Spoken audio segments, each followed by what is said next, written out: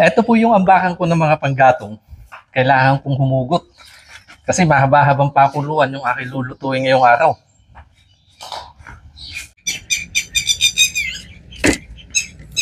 Ito nga po, dila ng baka.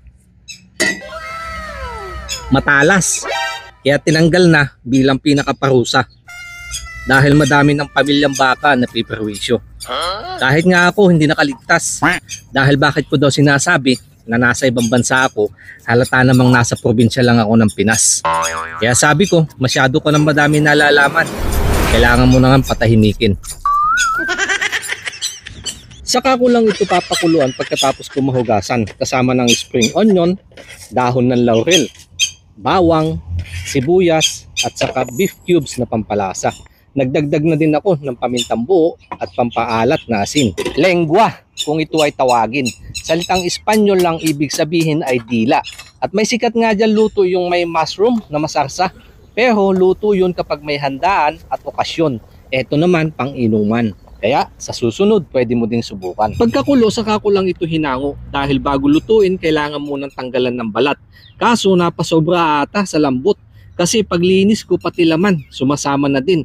Kaya nakakatukso. Hindi ko maiwasang tikman bago ko nga ito gayatin. Hinati ko nga lang to sa dalawa. Yung pinakamismong dila at yung parting ibaba na may kaunting taba. Dahil masyadong madami. Ako lang naman mag-isa, gagawin ko sa 2 putahe. Pagkatapos ko itong mahiwa, imamarinate ko lang muna sa patis, betchin, paminta at kalamansi.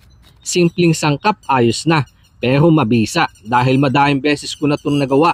At saka ko ito hinalo at itatabi ko muna. Kahit mga 30 minutes, pwede na. Itinabi ko lang muna at sunod ko naman binalikan yung natira. Ginayat ko lang ng cube size para naman sa pangkilaw. Pinalasahan ko lang ito ng madaming sibuyas at saka luya, sili na pampadagdag gana, paminta, betchin, pampalasa at pampaalat na asin. At basta kilawin, dapat dyan may suka. Saka kalamansi na pambalanse naman ng lasa. Total, malinis naman na ang aking kamay kaya kinamas ko na din para mas lumabas ang katas ng mga pinaghalo-halong sangkap. Makalipas ang ilang minuto, nagpainit lang ako ng mantika dahil yung aking binabad ang sunod ko na may sasalang. At may bahagi ko na din lang, naglagay ako ng patis hindi lang pampaalat para mas tumingkad ang pagka-brown. Natutunan ko nga po pala sa mga kinakainan naming restaurant dito sa Thailand. Sa tagal ng pakuluan, kaya yung pagluluto ko halos hinapon na din. Pero ayos lang dahil mayroon niyang mas masarap na kapares maliban nga sa kanin. Sa mga nakakaintindi dyan, alam nyo na ang ibig kong sabihin. Kaya pagkatapos ng 2 salang, minabuti ko na itong tikman. To the hagod. Ito po yung aking sausawan sa prito. Toyo, bawang, sibuyas, sili, yan na ng kalamansi.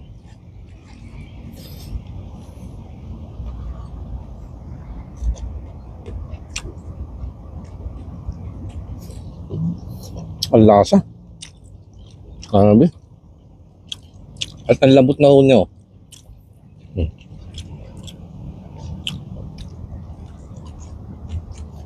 Panalo pang ulam, saka pampulutan. Saka mapapansin nyo, nagpahapon ako. At hindi na ako naglabas ng kanin. Kasi ito na ipapares ko dyan.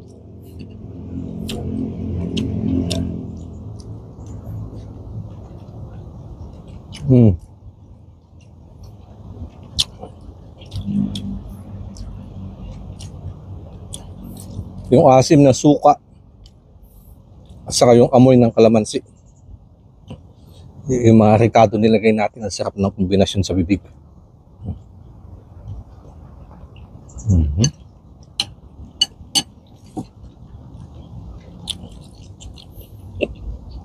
At ito, gusto ko. Ayan na, labas agad ng pawis.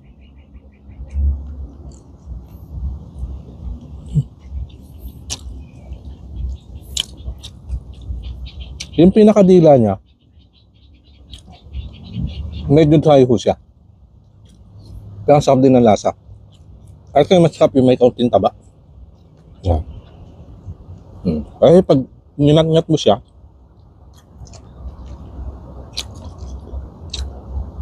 kaunting juicy.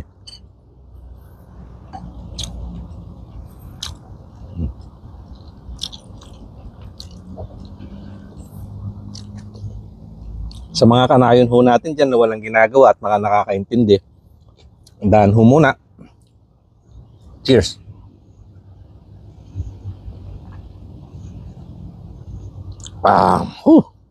Sagot ko na ho ang baso.